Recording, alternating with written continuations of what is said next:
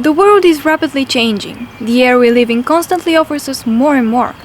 It's like the world is moving at a fast pace. Boundaries are melting away, distances are quickly bridged, and people are traveling everywhere. Today we'll be searching for an answer to the question that has become a serious problem for all of the students who have decided to study in the Netherlands. For years, the Netherlands has been a preferred destination for students. The country offers many excellent education opportunities. There is a particularly high interest from the Eastern European countries, including Bulgaria. However, being a student in the Netherlands proves not to be so easy, due to one very serious problem: finding suitable accommodation. There is a lot of information on the internet about this topic, but does it help as much when it comes to the specifics? Finding affordable housing in the city where you will be a student. Even the many agencies that offer mediations are not always able to assist. That is why I decided to seek the opinions of two people: Rebecca, who is currently a student there, and Bojan, who graduated a few years ago and now lives and works in Belgium.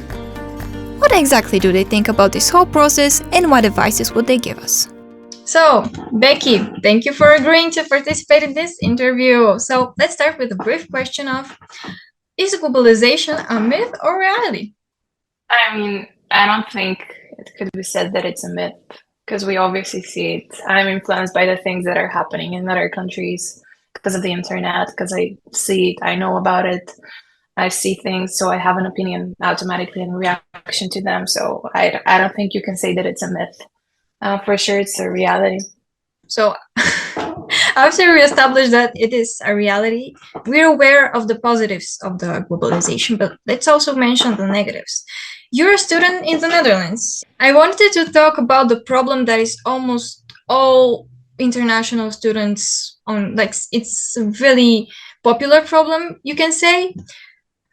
They face it a lot. So the difficulty of finding accommodation, is it really like that? Is it really that hard? How can we manage it? It is really hard. I've moved 2 times here, places. And the first time, well, I think both times actually took me around 8 months to find a place. Not active seeking, but a few months still of active seeking for a place. And it's quite hard because there's a lot of people coming in here to study, but also, so yeah, student places are not available. There's a lot of competition. People here organize like viewing nights, and you have 15 people going in for a viewing of one room. So it's really crazy, and that's not like the number that applied. It's the number that got selected to go for a viewing for student houses. But then you come to the point where, for instance, I don't want to live in a student house anymore because I'm also working. So like people here don't really, they want to know your income, and they want you to have an income that is like 3 times at least above what your rent is, which is understandable on one hand, but on the other hand, you have to share very sensitive data with the landlords, and also they, even if you can afford to pay your rent, they still wouldn't accept you if you don't have at least 3 times the income. And when you're still working part-time, it's quite impossible to find a place. So yeah, I would say that it's really messed up. Of course. Do you think the reason, the reason for lacking housing options is the increased migration into Western Europe?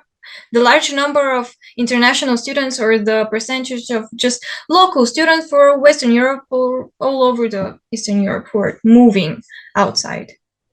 Yeah, I don't think it's just the students that are the problem, but also like, and not just in Europe, but also from other countries. And the Netherlands had a few big waves of people migrating from the colonies they have here. So yeah, that kind of makes it also like hard to find a place. But yeah, it's probably like a very big contributing factor. Also, like another thing is the style of the country, because you have like the small little houses. In most of the cities, you don't have like big houses. And whenever someone makes, well, whenever they build like bigger houses, usually people are like in the Yeah. worst regions, and people don't really want to live there. Would you give some practical advices for the people who are about to embark on this adventure, having you like taking all of this journey, you can say? There are a few websites that are paid and really work, and there are a lot of accommodations on there. So I would encourage them to get the subscriptions for those websites for at least a month, and also join absolutely every Facebook group there is for housing, and reply to absolutely every offer that they have, even if it's not the best fit. Sometimes it looks worse on the pictures. I mean, sometimes it does look better on the pictures than it is in real life, but just go on viewings and get the momentum going. Because also sometimes when you're on viewings, you meet other people who are also there for the viewing, and they can say, it turns out that, for instance, like I was on a viewing here with one girl and one other guy, and the girl was at a viewing the day before at a place where they were mostly guys, and they were looking for another guy to join, but somehow they invited her on the viewing, and she told the other guy, who eventually went, I think, or texted them to go on a viewing there or something like that. So it's, yeah, just get the momentum going, spread the word out that you're looking for a place, so also the people that you know have their ears out. And yeah, it works best when you're actually here. It's very hard to find a place when you're abroad, especially as a student with a lower income.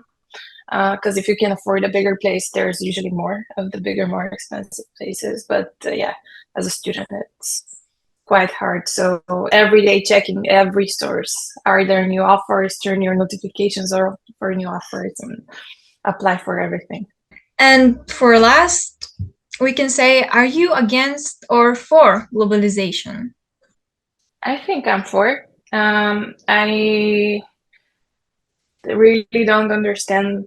I also have like hard time understanding visas, etc., and like why some countries wouldn't welcome you into their contributing basically to their economy. So I think if as long as there are good integration processes set in place, so that the people who are moving somewhere are actually integrating with the society and not influencing too much the culture, etc. I think people should be allowed to move wherever they want to, and it's also great that we share knowledge with each other, and that people take knowledge from one country and can apply it to a different one. Of course. And yeah, and we're all the human race, so why shouldn't we share? Thank you for sharing your experiences and helping people grow and learn from this. And yeah, just thank you in general. We've been discussing globalization. Is it a myth? Is it reality? So we're becoming witnesses to it more and more. Can you share your opinion on it?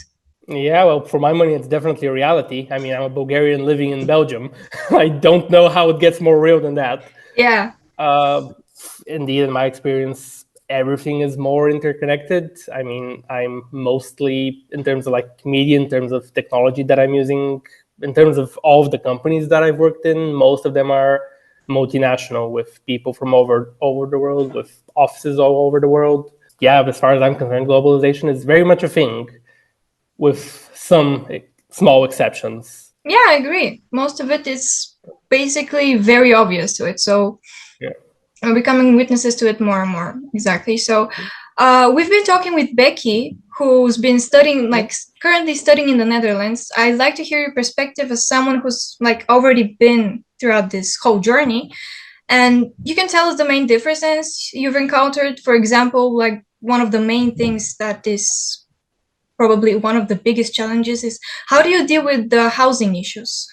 Yeah, I figured that was gonna come up, and indeed, the housing is very much the biggest problem people tend to point out when studying in the Netherlands, coming from abroad, at least. I was just thinking earlier today, I don't know to what extent that's special to the Netherlands. I imagine that if you're moving anywhere away from where you grew up, it's gonna be a challenge to find housing. Probably the fact that there are so many foreign students in the Netherlands does make it a bit worse. Yeah, it's definitely a pretty big problem. I was kind of lucky, managed to find some places without too much issues. From what I can tell, you sort of have two avenues to approach it. You either need resources or you need to be very sociable. Yeah, you need connections. Yeah, exactly. In my case, I had resources, so I could just go to one of the bigger, like just one of a proper rental agency, and find a place through them, find a room through them. But that's obviously a bit more expensive, and not everyone can afford it. During your stay in the Netherlands, did you feel any type of discrimination just because you're from Eastern Europe, or just like the basic thing you're an outsider? Did you feel anything like that?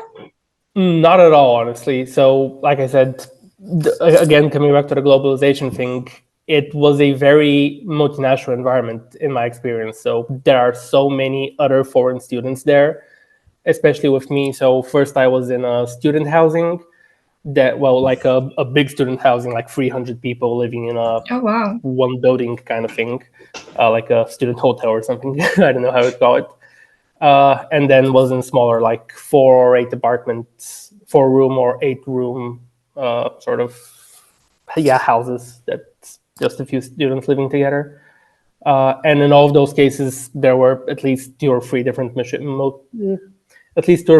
nationalities, even in the smaller places. And then in the big housing, we were dozens, probably different from all over the world.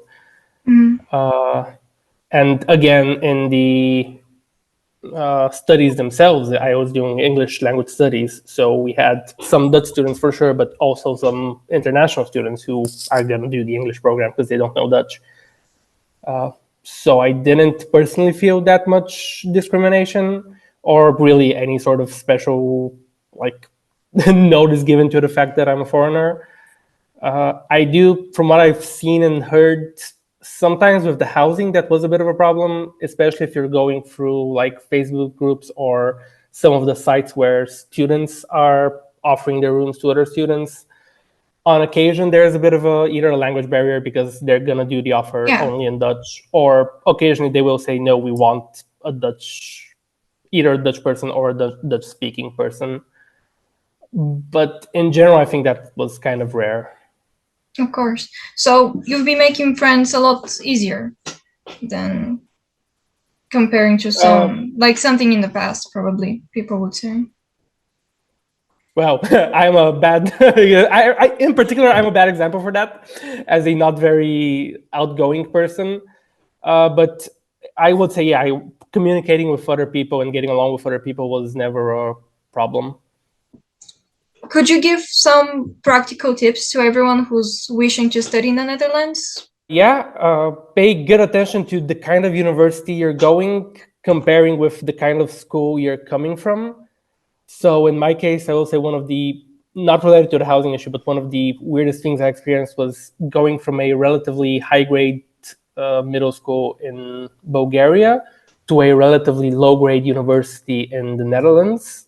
I ended up, the effort I needed to put into my studies was actually lower in university, which felt a bit weird. And then after 2 years, I switched to a higher grade university, especially because in the Netherlands you have the Hogeschool and Research University, so applied science and research university distinction. And going from a high grade school to a applied science university to a research university, by the time I went to the research university, I had forgotten how to study. And that proved to be a pretty big challenge. So I will say, if you're already doing quite well, if you're already quite knowledgeable and are coming from a good school in Bulgaria, aim for the better universities in the Netherlands. Yeah, that's pretty much everything. So lastly, could you say, are you for or against globalization? I think we pretty much made it clear, but yeah, just for absolutely the record. for. Yeah, absolutely for.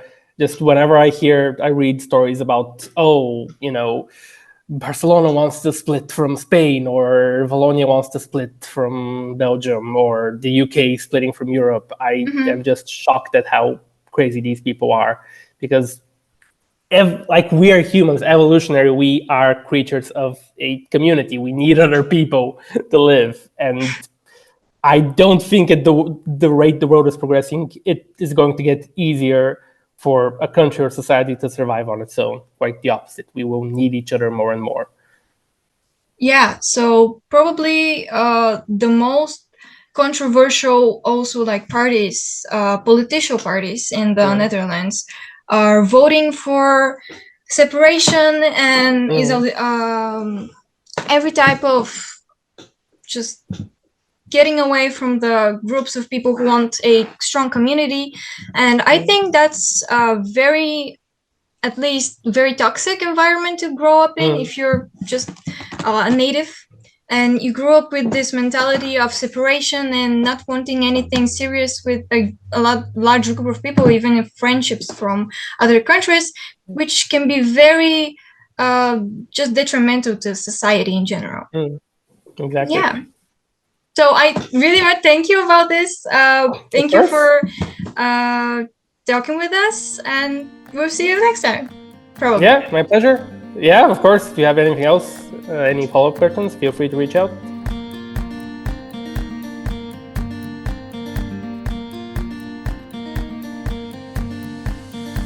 And so, although globalization faces many opponents today, we encountered two small examples that it provides many opportunities for travel, education, and realization for young people. Just for that reason alone, its opponents should reconsider. I personally believe that globalization can help Bulgaria experience its next rebirth, similar to the one after our liberation from Ottoman rule, when young people traveled and studied abroad and then returned to Bulgaria, passing on their knowledge and experience. Is it possible to happen again?